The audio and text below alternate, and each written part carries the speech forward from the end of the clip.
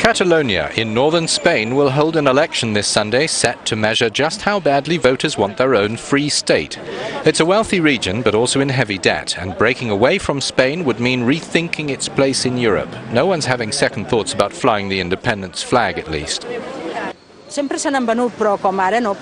vendor in Barcelona says we always sell some, but never as many as today. People come asking for our Estelades flag. They're excited, and they're keeping an eye on their politicians to see what they do. It looks as if they're going all the way to independence.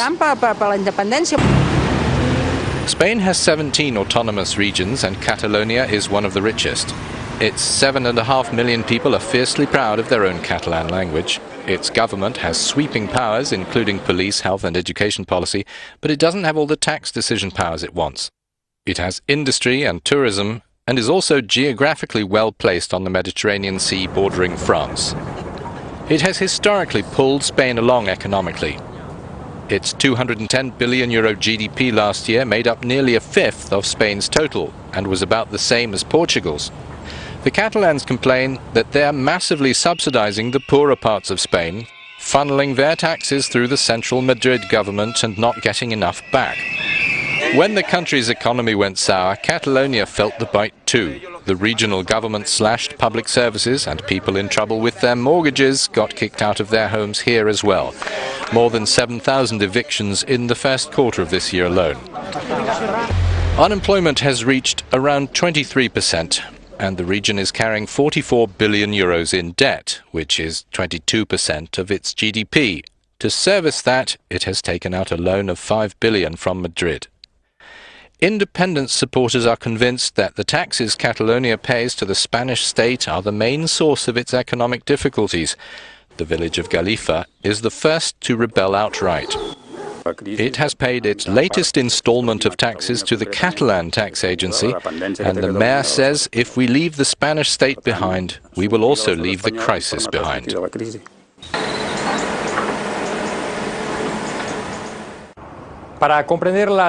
In order to better understand the importance of the Catalonian elections, we spoke to Martí Canicer, Economy Secretary for 7 years under the previous left-wing government. Martí, hello. Hola. You headed talks with Madrid aimed at improving funding for the region, but 3 years down the line, plans have been buried because the new government wanted a fiscal pact similar to the Basque Country. What happened? How did things get so bad that Catalonia is now demanding separation from Spain? Yo creo que hay bastante consenso en identificar dos razones fundamentales. I think there are two fundamental reasons. The first is the lack of consensus, of affection, of tenderness, whatever words you choose, to describe the attitude of the rest of Spain towards Catalonia. First of all, that stems from the People Party's appeal against the Statute of Autonomy of Catalonia and from the partial annulment by the Spanish Constitutional Tribunal.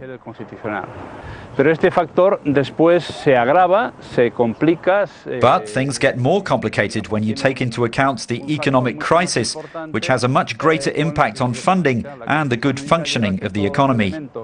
Económicos de financiación, de funcionamiento, de actividad de la propia economía sean hoy en día mucho más graves que los que... So these two elements, the lack of understanding of Catalonia's position and the dire economic situation, help explain what is happening in Catalonia. La agravación de los factores económicos es lo que seguramente explica muy buena parte de lo que está pasando hoy en Cataluña. Has Madrid failed to stand by the agreements dating back to when you were Economy Secretary? Sí, radicalmente sí. El estatuto, cuando se refiere a financiación. Yes, absolutely, yes. I can give my opinion when it comes to funding. The statute contained mechanisms such as additional measures regarding funding for autonomous communities, something Madrid has not respected at all. It is true that Madrid hasn't kept its word. Autónomas que Madrid no ha cumplido de forma relevante. Por tanto, sí es cierto que Madrid no ha cumplido. Some say that Spain's federal model is impossible to reproduce, but would an independent Catalonia be economically sustainable, whether it were part of the EU or not? Los que piden la independencia dicen que el modelo federal es imposible. Those who want independence explain that the federal model doesn't work any longer. Is independence possible, more simple to establish than a federal state? I don't think so. Logic tells us it must be easier, more feasible and probably more sustainable and fair to establish a federal state. That would require an agreement between the different parts of Spain in order to move forward and build a common space. If a federal state is difficult, and I don't deny it, independence will be much harder.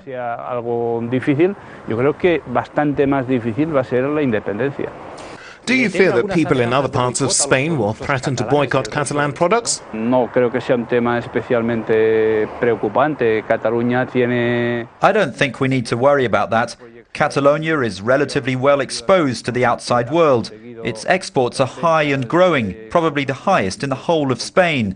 So Catalonian competitiveness is guaranteed. Por tanto, la competitividad de la producción catalana es una competitividad perfectamente demostrada. ¿Puede haber en algún momento? Bueno, pues como Should we fear boycotts? There have been some in the past, but people forget over time. I don't think that's the most important factor to consider. En las consideraciones y reflexiones que estamos haciendo en este momento. During your time as Economy Secretary, there were cases of corruption among members of the Convergencia party in power today. These are making front-page news again. Do you think there's a direct link with the current president, Artur Mas? Yo confío, espero y deseo que no sea, que sea que no. I'm confident and I think we must wait. I hope that's not the case, that no link is found.